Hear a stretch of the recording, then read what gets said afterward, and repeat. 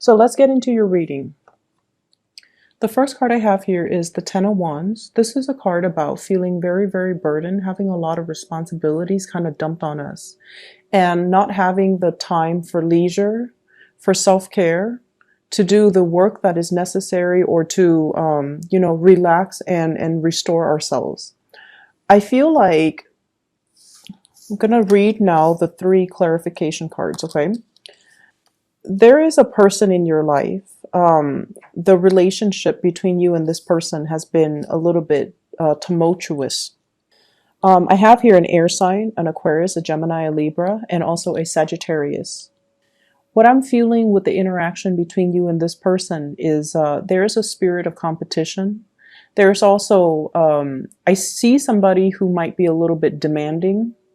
They're telling you to do this, they're telling you to do that, or they're very, very vocal about what they are expecting from you. And I also feel like, in a way, the weight of this relationship can feel very, very heavy. They emotionally destabilize you. There is, to a certain extent, at the core of it, a very playful, competitive, lighthearted type of an energy.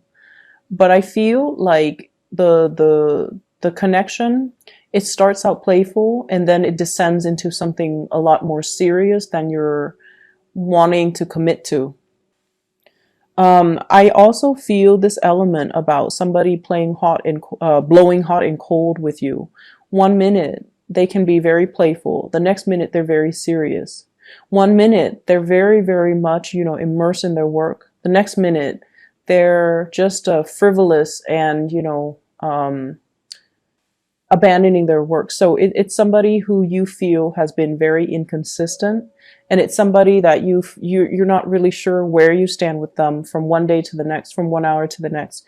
You're not really sure if there's space in their life for you, and you're not really sure how you feel about them. I see a little bit of conflict between you and this person, and this is not something that you want to engage in. But for whatever reason, when the two of you get together, the energetic pull is really, really strong.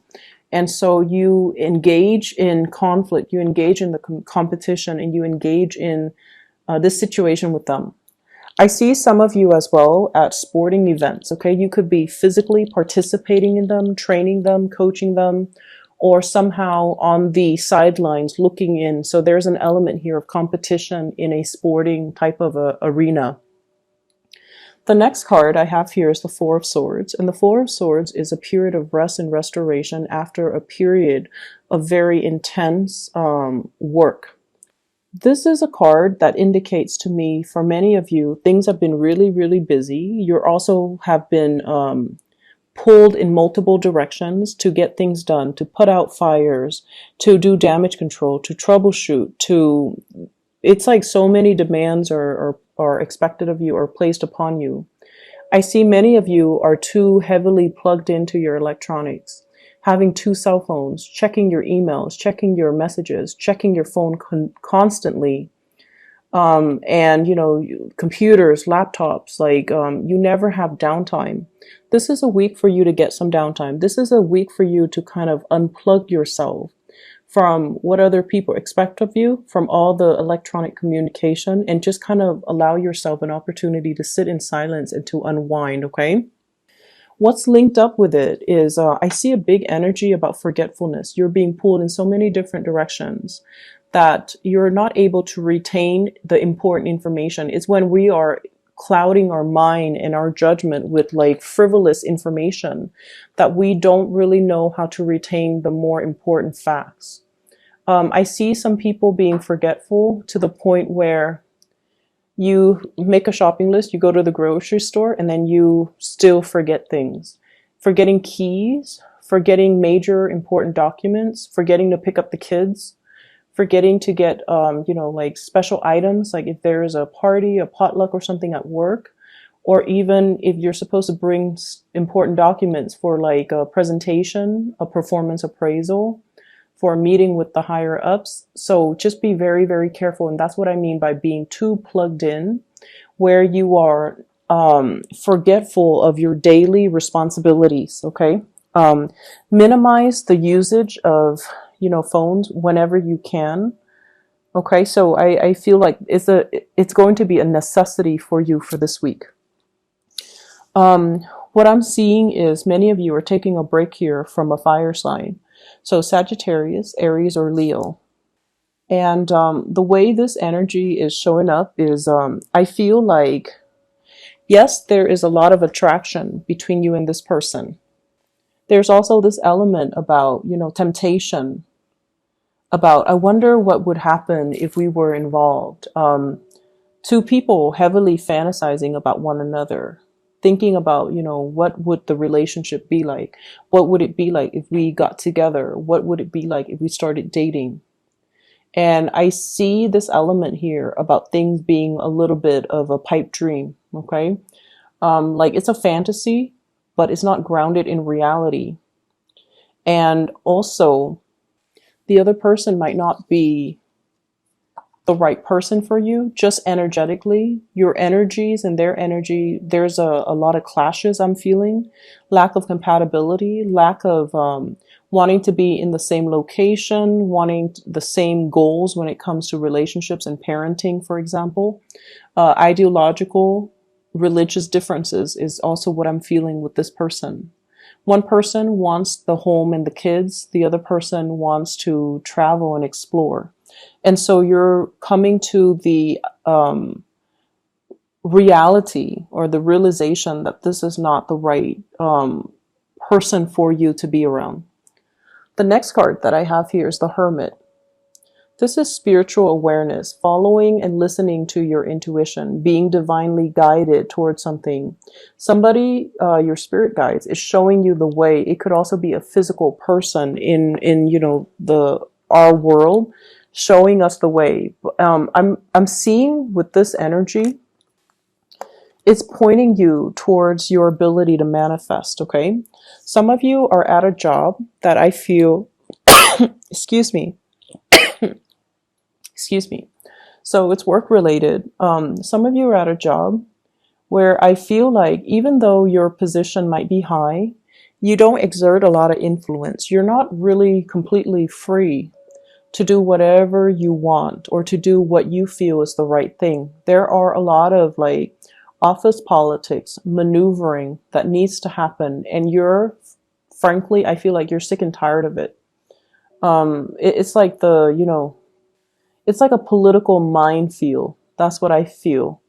You don't want to burn your bridges, but at the same time, you don't want to have to censor yourself, what you say, how you come across. All of these things matter for whatever reason. And so you feel like you're living kind of like in falseness. So it's really telling you to examine this situation and to ask yourself if you feel like you're living an authentic life, if you feel like you're being real with yourself as to whether or not you're truly happy in this work environment. I feel like you have gained professional success. You're highly regarded in your field, and you're somebody that other people come to. But in terms of, strip away what other people see of you.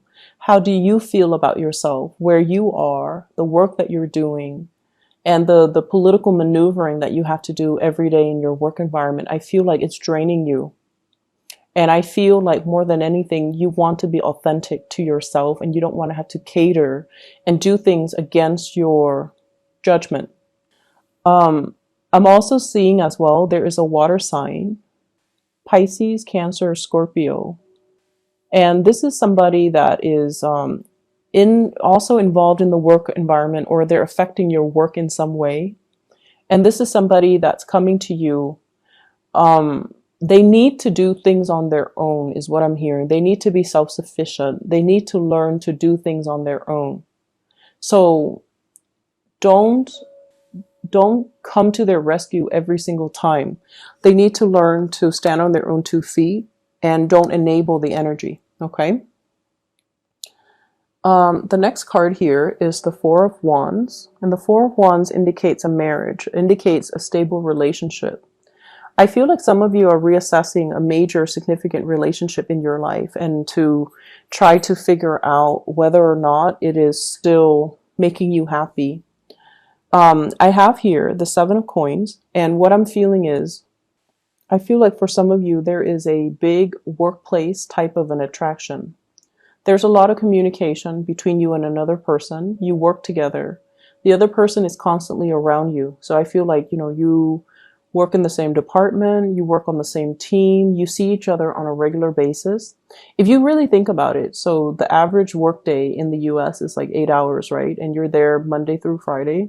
You're actually spending a lot of time with coworkers compared to like your spouse, compared to your children. So what I feel is this is a significant person, possibly in the work environment. They show up here as an earth sign, Taurus, Virgo, Capricorn. And I feel almost like there is a lot of flirtation. There's a lot of attraction coming into the picture between you and this person. And I'm also seeing, somebody batting their eyes, like eyelashes. Somebody smiling and it's like staring at each other across the room. But either way, there's a lot of communication. If there has been stalled energy between you and this person, if conversations have always been about work, this is the week where they start to open up and they start to inch a little bit closer towards you.